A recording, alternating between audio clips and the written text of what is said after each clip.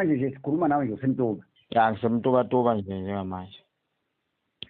Mrithi lana siyazi ukuthi nibaningi abantu enilapha kwi-social media.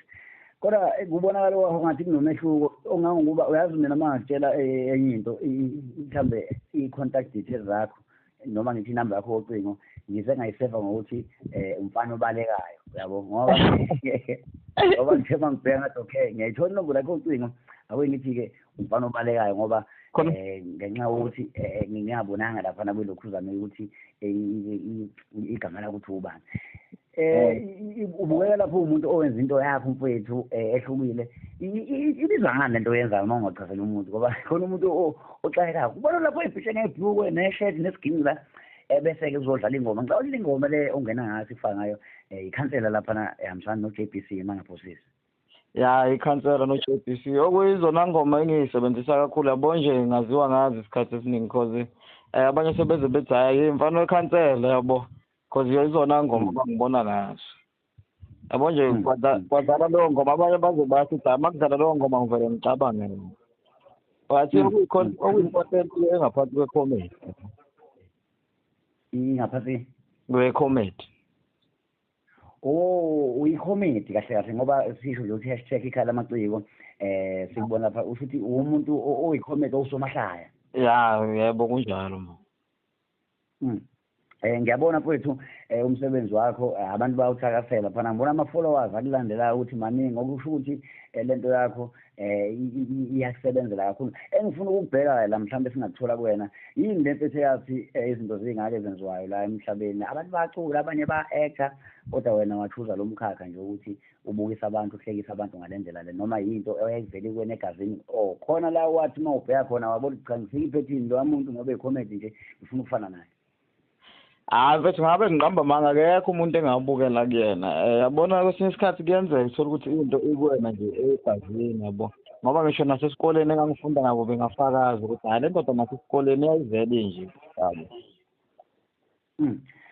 Umuntu okhulele emakhaya isikhathi esiningi emakhaya siyazi ukuthi abantu bakhona bayasupportana uma usuke wenza into futhi benza show uma umfana osendaweni ukuthi bahlezi belinakekela. Mrithi ngiyabona lapha ukuthi utrenda kakhulu ngifuna ukwazi ukuthi abanye abazali ekhaya baye bethi uma bebona ingane yenza izinto njengazo nje lezi zinto ezenzayo ube-content creator nenze kanjani uthola ukuthi umzali yena ufuna uphokophele ukuthi umntwana wakhe ngoba efunda isikole nje akafuni ephazamiso ezinye izinto lezi azenzayo. So wena uthe uma ufunda isikole waqala wenza le mkilingwane le echaza abantu hhayi ngoba i-wrong kodwa umkhuba nje omuhle kubantu. Abazali bebengenakho ukuthi mhlawumbe bethi asiyithandi le nto yenzayo iziphi ingqina obuhlangabezana nazo. Mfethu ngiqale sengiqedile vele esikoleni yabo bathi ekhaya bebengazi baze bezwa ngabantu ngaphandle nakhona uma bezwa ngabantu bezwa ngabo ngemibono emihle ukuthi yabo umuntu eqhamuka esithi hayi umfana akaqhubeke nalento eyenzayo inhle impela siyambona la yabo ingakho ngingabanga lula ukuthi kube khona iy'nkinga ey'khona ekhaya ngoba kwaqhamuka sekuqhamuka nemibono e-right. Okusho ukuthi ngoba uthi lento ingaphansi kwe-comedy into oqale ngayo iyiphi phakathi ube i-content creator uphinde ube laphana i-comedy? Shole eqaleni nje ukushaya i-content. Uqale ngani ngokuba yi-comedy?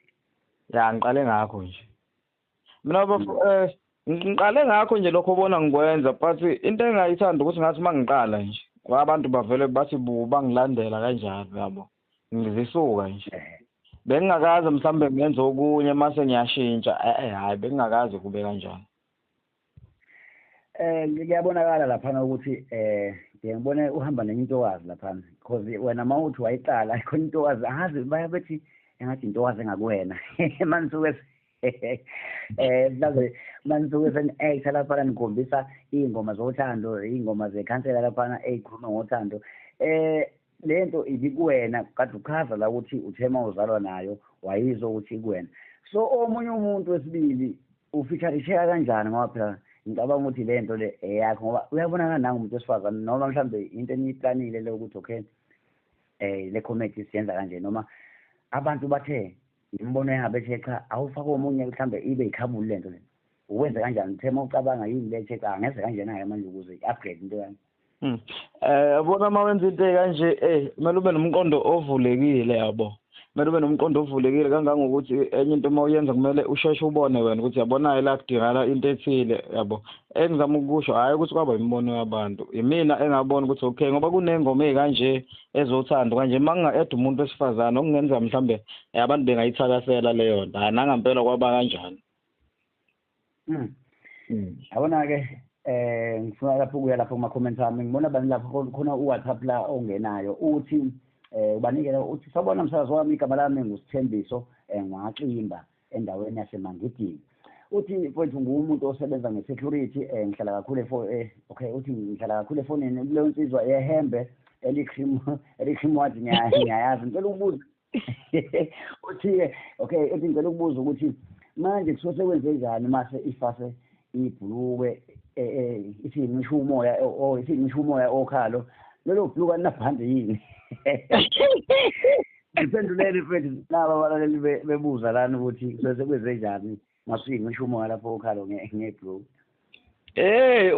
Umuntu nomuntu unendlela yakhe agula ngayo kodwa sihlukene ngamawodi yabo. Ngingasho ukuthi isho ukuthi suke sekuvukile wonke umuntu kuyavuka okwayo.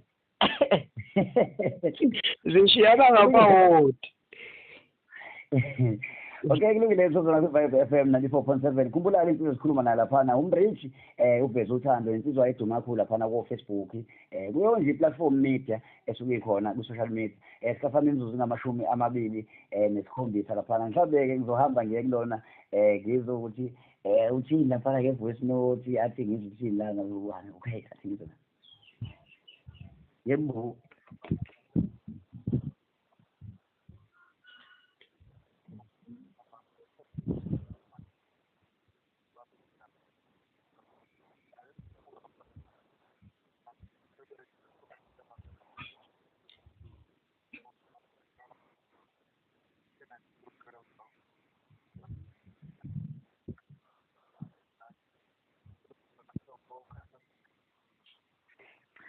Okay, kulungile umlaleli asithi yakhombisa ukuthi ukhona ohlelweni ewulalele njengamanje. Sibonga kakhulu abantu abathe baphawula. Mrithi mhlambe sesigoqo kwethu sesovala ngifisa ukwazi la ukuthi mhlambe ukuba i-content creator isikuthathe yakubekaphi ngoba awazi ukuthi mhlambe ngicabanga ukuthi ngoba i-content creator ubike i-comedy isikuthathe yakubeka kuliphi izinga. Ikuphi okubonayo okubenefitayo ngoba ngicabanga ukuthi izinto enzenzayo ngisebenzisa laphana idatha kuye kube nzima-ke ukukhipha imali ngoba ufuna ukuthi ufezeke iphupho lakho kodwa usathe uyazama akulungi.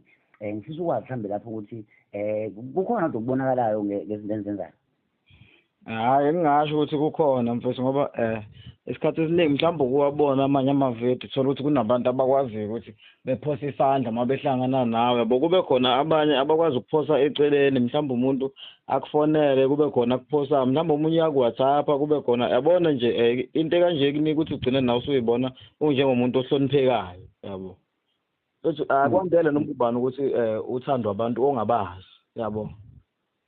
So ukuthi mhlawumbe kunobaba umuzi othile ongamazi but uyayithanda into oyenzayo uyakuthanda uma ekubona khona okuncane akuphosayo lokho kuyajabulisa mfo. Ngiyakuzwa mfethu. Masibheka lapha ngiyabona ey'nkundleni zokuxhumana yabo nje khona abanye ababhemu ebebebanga laphana maseziziwa ngasey'malini. Siyazi ukuthi yonke into esiyenzayo emhlabeni isuke mhlawumbe uyabenefitha emalini. Khona-ke abathe abaye babane khona nje indaba besematheni ngeke basho ngamagama bebanga indaba yokuthi omunye engathi usekhathele omunye emalini ngoba engathi kunokurejisteka la kuyimali online mase niyenza lento yenu mhlawumbe seniyifaka. Lapho nenza kanjani? Bengifuna mhlawumbe sibheke khona sigcile khona ukuthi sizwe ukuthi ngabe kukhona enokwenzeka. Ngiyababona mhlawumbe abantu abasuke bethakasela umsebenzi wakho. Ngifuna ukuthi nomunye umuntu oyi-content creator njengamanje azi ukuthi mhlawumbe manje niyenza lento niyenza labantu mhlawumbe kukhona enizidisa khona kube khona amasentana noma inzuzo eniyitholayo online abantu mabenibukile like nje ukuba nama-followers kusuke kuchaza into enkulu kakhulu mhlawumbe ukhona abantu ababenefithayo ngalokho abakwazi ukuthi beyiphilise ngakho mhlawumbe ikhona into enjalo online. Hayi khona yona into yokuthi nikwazi ukuthi kube khona nikutholayo nikwazi ukuyiphilisa yabo. Kuyinto ekhona leyo but hayi angazi ukuthi-ke kumiswa kanjani uma ngabe mhlawumbe nileyo group leyo njengobusho. Ya bengifuna selapha ngoba baningi abantu abathi bexabanela lezi zinto uzokuthiwa hayi babange lento yabo ukushutha mhlawumbe uthola ukuthi omunye umuntu befuna ukuthi ke elokhuze efuna ukushutha yabona ngoba ekushutha nje wazi ukuthi yena uzomholela ilezo zinto ke ezizoyixabanisa abantu mhlawumbe awengigijima ngishonela pha ku-WhatsApp ne-message engena nje manje ngifuna ukuthi ngizwe ukuthi uthini lo ubhale ukuthi ke lapha nayeshe lapha estudio kwamabaso ngiyabuzwa mina naleyo nsizwa ehlezi ibalela nesiginci ngithi nje lapho inkosi yamaphoyisa akhetha ntule eshowe yaya embongolwana wasithi Dango uthi ke ngoba namuhla ngitshela mfowethu ukuthi hayi cha uyagijima futhi ngize ngiyibuzile ngavele ya energy usukuyithathephi ngendlela osukuhamba ngakhona hayi iyayiqhamukela le energy ngoba kuyahanje nami ngiye ngisuke mase ngihleli phansi sengisetha la ngibona ukuthi ngathi la bekanjwa kakhulu ke la inkuzimana ngale edithela lapho uma-edit ya ngiya-edithela mina umuntu engisuke ngimdingi lo ngishuthayo kuphela yabo kuba ngiyakwazi ukuyishutha ngaba ngidinge muntu ube ne-drone nje uzugijima ubulandele le-drone yakho yabo ngabe ngi-right kabi ngibona banikele usiboniso ungaduma on Facebook uthi yeshe kuzombhemu ngilana endaweni yasemthwalume kodwa ngedorho ngiseThekwini uthi ngiyabingelela kakhulu lapho uthi wemfo wamabaso lo nsizwa angicela ungibuzela kuyona ukuthi le ntokazi le enhle kangaka ifuna size sikhuze yini ukuthi noma ifuna size sithethise yini ukuthi ayenze njalo phela angazi ukuzikhulela